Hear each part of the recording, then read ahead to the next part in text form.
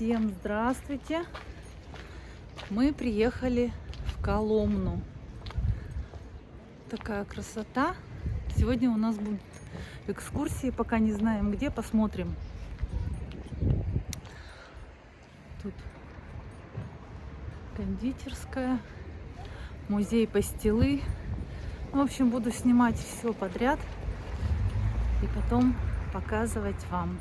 Вот это вот музей пастилы, открыт с 10 до 20. Сейчас узнаем про запись, про свободные места. Так, сегодня мы приехали в город Коломну на экскурсию. Коломна — это старейший город, город-порт на реке Оке. Население тут 135 тысяч человек.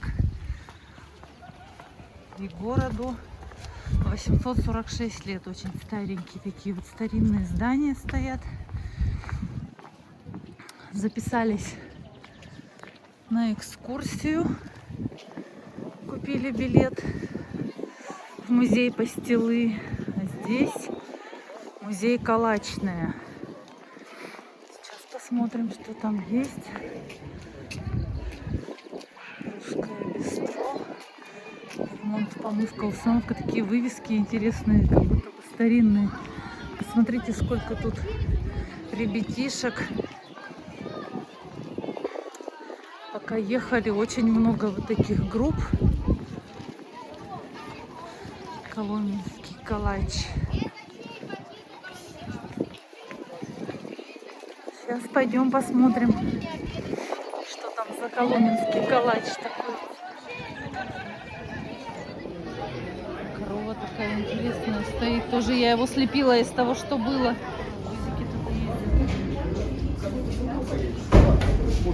В музей калача мы сегодня не попадем, все занято, все билеты распроданы. Стоим в лавку калачную. Так интересно. Калач коломенский с паштетом из мяса гуся, тушеным гусем, калач с тушеной индейкой. Обалдеть, каких только нет. Такие еще паштеты, риеты есть. Сейчас возьмем, попробуем. Калач. Сейчас Антон достанет. О, с ручкой. Покажи ручку. Не ешь. Да, у нас там много будет. Лиза расскажет, почему. Я ручку даю. Привет. Привет. Зуба из гусиной печени. Сейчас будем пробовать. Этих ребят здесь продают, видимо, мыло и другой благоуханный товар в изящных коробках. Торговля мылом. Музей лавка. Вы делаете сами такую подкову на счастье. Из латуни или алюминия. Коломенская подкова на одной стороне Коломна, на другой стороне на счастье.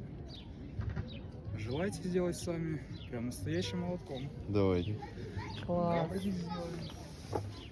Сейчас только пришел. Если подойдите, вот секунду прям. Один. Конечно. Хорошо. Перед ударом загадайте обязательно желание. Но обязательно сбудется.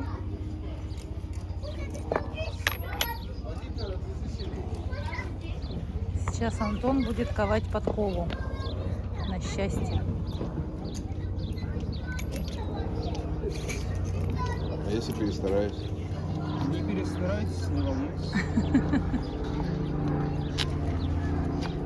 Водите заготовку сюда.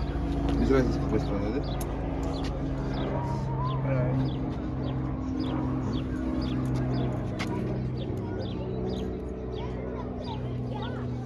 Накрываем. Опа. Берите кувалду. Так, и хороший удар в центр. Ух ты! Ну вот. Что там? Коломна? Положи на ложь, на Ложечку. ладошь, на ложь, на ложь, На лошадь. на У меня ладошь. там припарковано. Видишь, Это, да? оказывается, Москва-река. Это еще не Ока. А Ока будет дальше. Тепло прямо так стало уже все.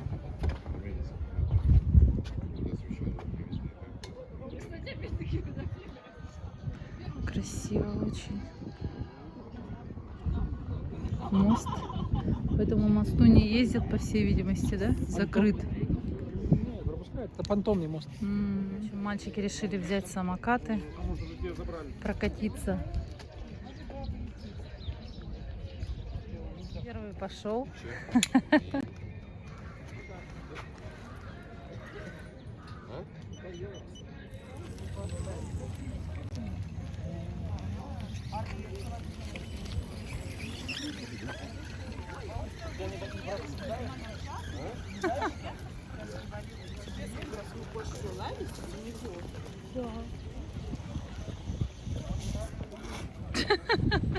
Где было для рабочих в советское время лаборатория ТЭС.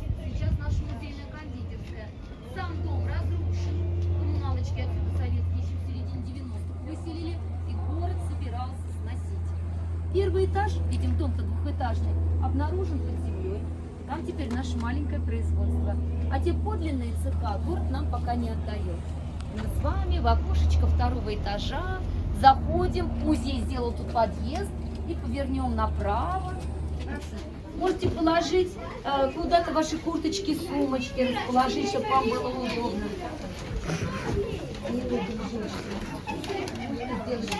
Не так шумно. Коломенская пастила, смотрите, коломенская пастила выделывается в Коломне издавна Чуприковых фабрика 200 лет, Куприяновыми 150 лет. Это основная наша книжечка, источник начала 20 века, исследования некого Полевицкого о коломенских и белевских пастилах. Пастила смоква. Смокуйте, кусочки порезаны помельче, зато от разных пластов, где яблоко с малиной, где яблоко с клубникой, из клюквы с брусникой, из тыквы с абрикосом, ну и вообще с чем хотите, яблоко хорошо соседствует. Но почему яблоко? Ну, оно у нас лишнее тут. Ну, то есть некому его продать. У соседей такие же сады. И все сложилось, дешевое сырье, да? Шпажечку взяли, понатыкали и попробовали. Яблоко совсем на свете не взбитое и не белковое, а наоборот, группа плотных сахарных пастил. И вот Коломна взбила яблоко в пену. Это оказалась большая редкость. Похоже, кроме нас только Белев, причем в самом конце 19 века, причем, похоже, сразу промышленно. И, кажется, подозрение падает на город Ржев Тверской губернии. Но их пастила не найдена Ржевская, между тем в документе совершенное наго приготовление, но со своими особыми достоинствами. Эта Ржевская потерялась не в силу потрясений, как у нас тут. Ну, у нас тут, вот я вам сказала, всякие неприятности происходили, да, вплоть до выселения из домов, и уж бизнес-то обязательно либо схлопывались, либо их реквизировали. Да, а вот Ржевская не приехала, и не найдена до сих пор вот эта медаль Венской выставки. Садитесь, милый купец, приступайте, благословясь, да. Итак, взбитое яблоко и сахар, точка, то есть без белка, но взбитое. И в отличие от смоквы, смотрите, в смокве пористой структуры вообще никакой нет, она как сухое варенье, высушена мякоть яблочная, ягодная и все. А здесь у вас уже пористая структура. И добавляет Василий Алексеевич Левшин в своем 18 веке. Кстати, он первый сказал: мы теряем русские кулинарные традиции. Оглянувшись на правление 5 женщин в течение 18 века, он сказал: мы теряем русские кулинарные традиции. И в его этом десятитомнике, кондитерском, приспешниче кулинарном и прочем, в 5-й книге, таковым образом выделывают славные коломенские пастилы, пишет Левшин, а сам он туляк. И ничего он в 18 веке не говорит о белевской пастиле. Белев есть, а белевской пастилы еще нет. Белевская просияет в конце 19 века и будет похожа вот на такую нашу пастилу. Возможно, у вас она с какими-нибудь ягодами, может быть, и, например, вот такой розовенькой. А в Париж ездила в 867 году яблочная, разумеется, с добавочками: пергамотовая, барбарисовая, розовая, лимонная, ананасная, апельсиновая, рябиновая и яблочная. Розовая — это не вот прям розовая. Розовая — это с розовым маслом, значит. Да. У вас с розовым маслом сегодня муфтовая коломенская пастила, тоже найдена с именем Коломенская. Моечное отделение. Нам яблоки для начала нужно помыть. Для этого вот у нас механизм специальный. Моечный барабан Иоганна Рейса. Вот мы яблоки в него с этой стороны загружаем и ручку крутим. Ручку крутим в одну сторону, яблоки в барабане моются. как в другую сторону. Вот с той стороны у нас Архимедов вид, он вон яблоко отматывает, и они вместе сами с барабанником уже выпрыгивают помытые и чистые. Нынче такое время, вот прогресс цивилизации. Машина за тебя всю работу. Вот после того, как мы яблоки помыли, нам нужно из них сердцевин достать, чтобы в готовой пастиле у нас не было яблочных семечек. Для этого тоже механизм есть. Вот это вот для яблок у нас поменьше, вот это уже для яблок побольше. Называется эта штука сердцевыниматель. Мы яблочки от сердцевиночки мы вот избавились. После этого яблоки нам нужно будет запечь. Запекаются они у нас в печах, вот в таких вот чугунных горшках. И пойдем с вами дальше в протирочное отделение, посмотрим пюре. Перетираем мы горячими и печеными, потому что от горячего печеного яблока лучше кожица отстает. У нас вот такой вот всегда под это дело. А тут сверху на яблоке нажимаем, вот вниз через силу у нас пюре уходит, а сверху кожица остается. После этого пюре охлаждается. Дело в том, что мы его смешивать будем с яичными белками. Чтобы белки у нас не свернулись в процессе, пюре охлаждается. Охлаждается оно на леднике в течение суток. Потом возвращается уже сюда обратно. Вот. Далее охлажденное пюре нам нужно будет взбить. Взбиваем мы вот такой вот палочкой. Называется она мутовка. Мы вот так вот двумя ручками работаем. Часик, другой, третий, довольно долго. Пока пюре у нас не побелеет и не поднимется. Как оно побелело, значит насытилось кислородом. И тогда при рецептуре нам нужно будет добавить 25 яичных белков на пуд пюре и 15 фунтов сахара. И еще часочек поработать, повзбивать, пока у нас уже не получится вот такая вот пышная белопенная масса. Агент из Петербурга приглашает на выставку с пастилой в Париж. На выставку с пастилой в Парижу зовут? Да, я пойду до конторы, дойду, обдумаю это дело. А ты расскажи, как чего? Ой, да расскажу, покажу, не сомневайся, видишь, что в Парижу зовут. Тут крепко подумать надо. Ну, а нам прохлаждаться некогда. Тесто постельное нужно в рамочку заложить, да в печь отправить. О, как хорошо взбить, с белком, с сахаром. По правде говоря, многие нынче пастилу выделывают, но коломенская пастила особой взбитостью всегда отличалась. Отчего и выходит вот такая белопенная, пышная и пухлая. Вот так выкладываем, затем равняем и в печь. Печь у нас не как в деревне щи да каша. Печка у нас постельная. По бокам сушильные камеры, туда и ставим. Там как на хлебных воздухах. 50-60 градусов. И будет сохнуть до 12 часов. А когда крепнет, остается только на кусочки порезать, да на стол подать. Вон, вчерашнему гуляну готово, нет? Ну-ка. А, нет, еще не окрепла. Ну, пущай еще постоит малость. Шутка ли 12 часов сохнет. Еще раз всем здравствуйте. Позвольте представиться. Зовут меня Елизавета Платоновна. Работаю я на фабрике купцов Чуприковых конфетчицей. Дело в том, что хозяева наши в 1870 году отправились в Санкт-Петербург на выставку мануфактурную. Со своей пастилой приезжают, а там уже море конфет. И делают ее иностранцы во главе своих фабрик. Делают они иностранные конфеты. Мопс, Дропс, Ром-Пасье. Приезжают они в Коломну и понимают, что мода пришла на конфекты. И здесь у себя на фабрике открывают мастерскую конфет. С конца 19 века делаем мы, согласно моде, свои конфекты из яблочной пастилы. Хозяин наш, Карфамиш Чуприков, наказал мне гостей наших научить конфекты делать. Мы сейчас с вами будем делать конфекту. Один из самых простых способов, у всех все получится. А можно полностью слепить целиком. И кладем готовую конфекту в корзину. Мог позволить себе вот такую сахарную голову? Старались их похвастаться, ставили ее в центре, на буфет. И это означало, что с этим купцом можно иметь торговые дела, у него много денег. Еще они устраивали показательные чаепития. Такую сахарную голову ставили во главе стола. Ничего больше к чаю не было. Всем наливали чай. Все просто смотрели на сахарную голову и пили чай. Называлось такое чаепитие «Пить чай в приглядку». Да, а кто был побогаче, уже давал специальные щипцы, откалывали кусочек, так как такая голова очень плотная, сахарная, то брали этот кусочек сахара, зажимали между зубами и цедили через этот сахар чай. Можно было выпить до порядка 12 кружек. И то все равно сахар было есть не принято. Кружечку переворачивали, сахар вынимали, клали и говорили: чаю больше не просим. Ну и, конечно, после 12 чашек-то, наверное, уже и не хотелось. Так вот, зародилось это кондитерское искусство у нас в 15 веке в Венеции. Дело в том, что в то время венецианские купцы были богатыми, у них был торговый портовый город, они могли себе позволить сахару больше, чем остальные люди. Они начинают экспериментировать, делать угощения, и вот именно то самое время называют зарождением кондитерского искусства. Ничего, только спускайтесь аккуратненько, а то ступеньки старые, ни один век не видывали. И притолки низкие. Аккуратненько.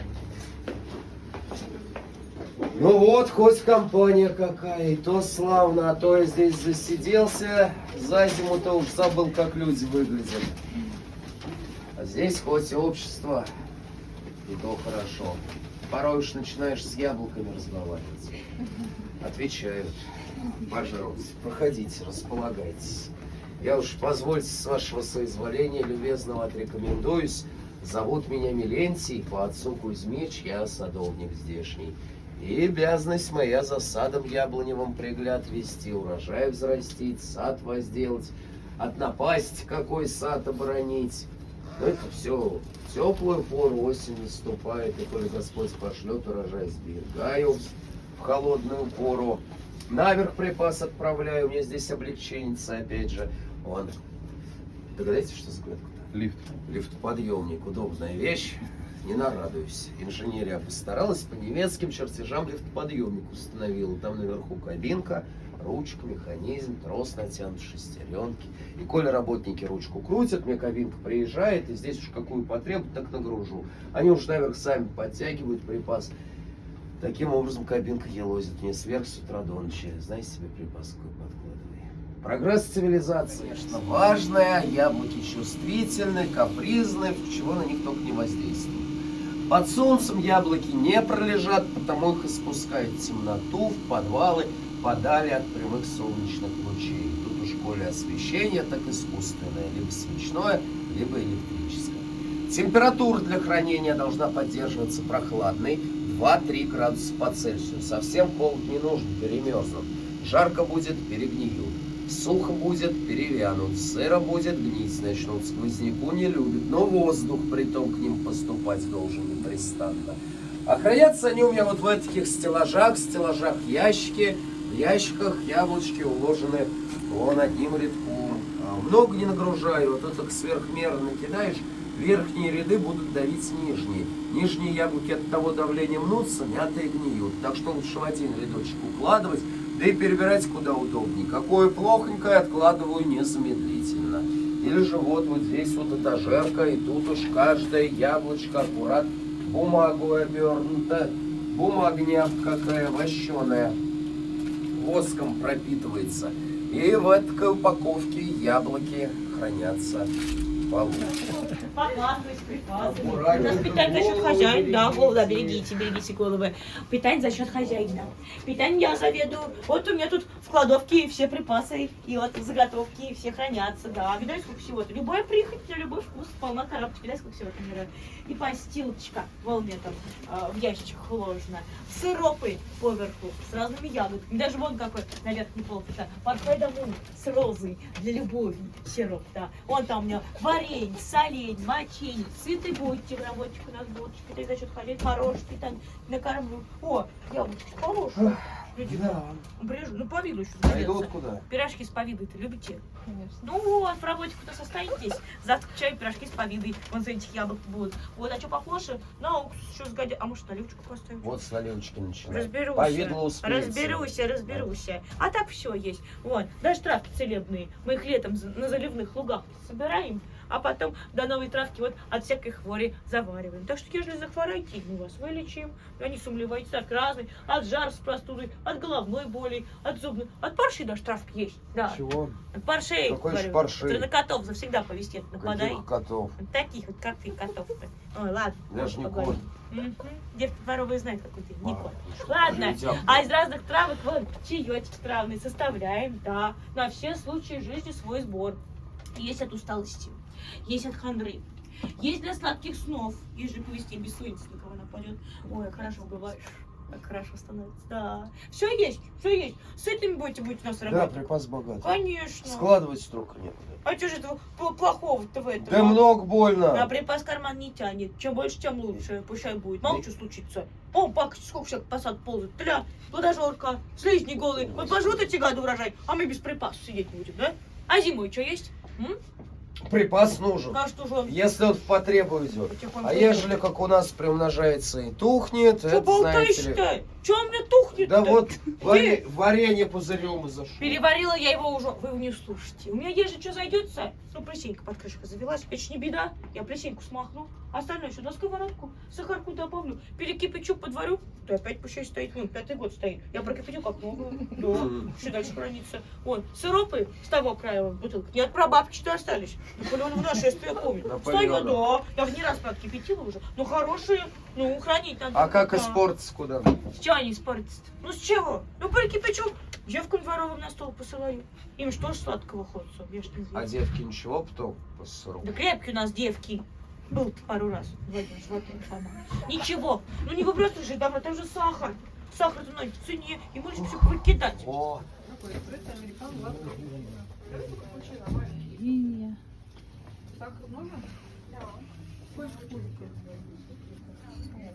Сколько сахара?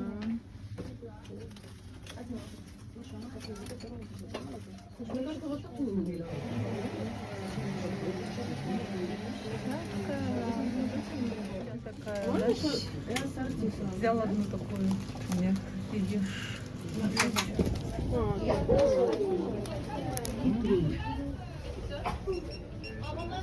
пожалуйста. Ну пока ничего. Молодец. Вот, осталось посолить. Прямо сверху, да? Да. А у нас тут мы все делаем сами. Так что все, что вы здесь покупаете, все наше и все сами. Хорошо, спасибо. В подвале находится шоколадный цех. Жуткая тайна. Православная воскресная школа. Ну, тюльпаны цветут уже. Вот настолько здесь тепло. Это мы идем в Коломенский Кремль. Тоже такое прям уютненькое старинное местечко. Тут реставрация какая-то идет. Везде торговля уличная. Картины продают. Магниты на удачу.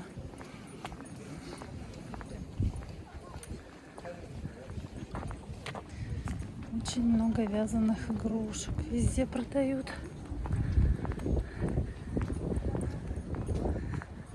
На самом деле все такое старенькое.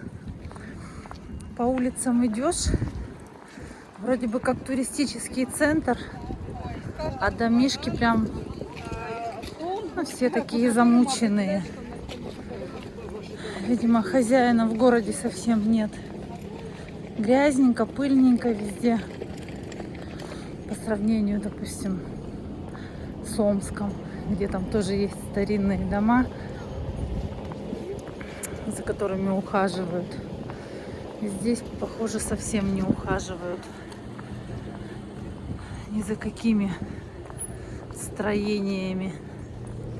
Такая вот дорожка, брусчатка.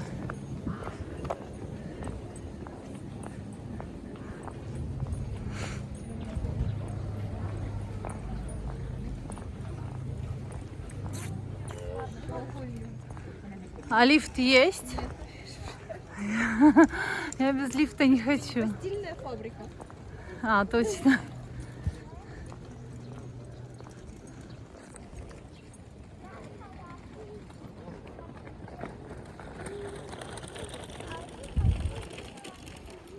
Это колокольня. Какая высокая.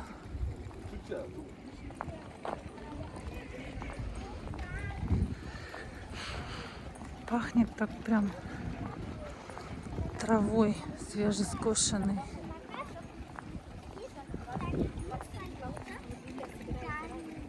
Везде экскурсии, что-то рассказывает.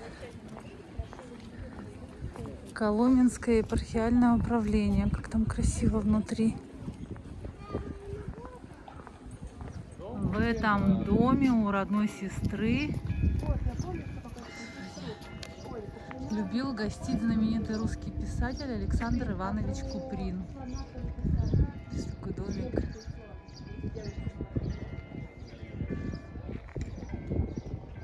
Вон тут вон паровозы какие ездят.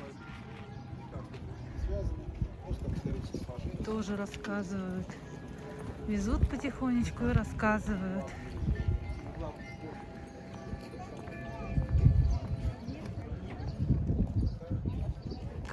Красиво. Такой домик весь. Это музей органической культуры. Как будто в кружевах весь. Красивый.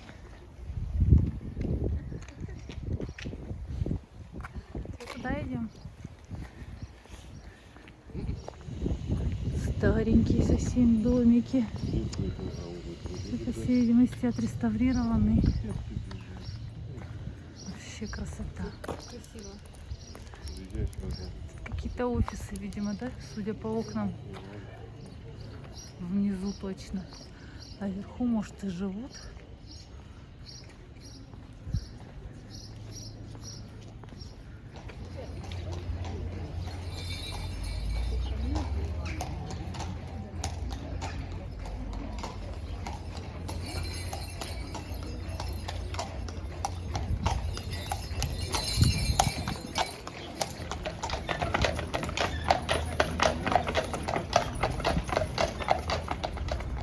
Кремлевская стена. Старенькая такая. Смотрю, там ее вроде бы как будто что-то с ней делают, может, реставрируют. Что там люди внизу затусили? Мы обошли уже. Тут вот автостанция. Старая Коломна называется. Очень много автобусов. Едут в разные населенные пункты. Ступино, Заречный, Запрудное, Озера и так далее. Повреждение здания карается законом, написано. Памятник архитектуры. Такое все.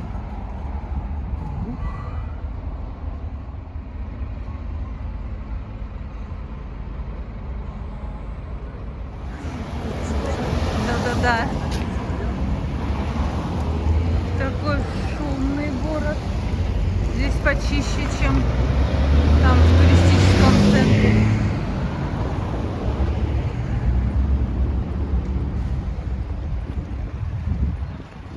Улица Зайцева.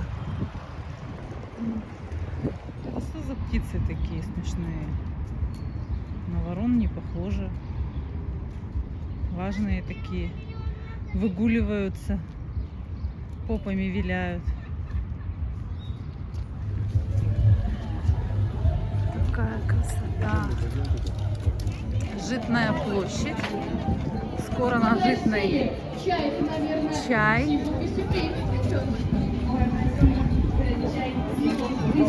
Сколько тут народу. Правда? Да, конечно. Вот жаль только, что традиций никто не помнит.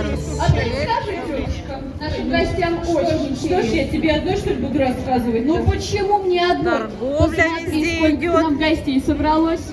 Все, наверное, не прочь про чай услышать. Пряничные домики. Наши гости. А еще Здесь продают город. которые школа ремесел для них приготовила. Ну и конечно. На самом деле Коломна очень красивый город. Но очень-очень грязный. Везде вот так вот все валяется. Мусор какой-то, пакеты непонятные. Ну, как-то вот дома крошатся. Что я хотела сказать-то? Почему? Ни одной урны нет. Вот, ну, пока мы идем, еще ни одной урны не встретила я. Просто попили лимонад. Хочется стакан выкинуть. Вот так видимо, люди все и кидают. Чайхана какая-то страшненькая. Невеста идет.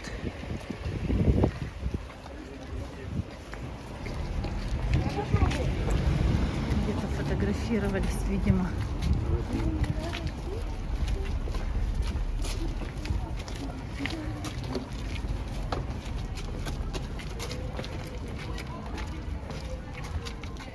Дорогие наши зрители, очень рекомендую вам съездить в город Коломну, посмотреть самим, показать своим деткам. Очень атмосферный город, очень много интересных экскурсий. К сожалению, на многие экскурсии мы не смогли попасть, потому что там требовалась предварительная запись.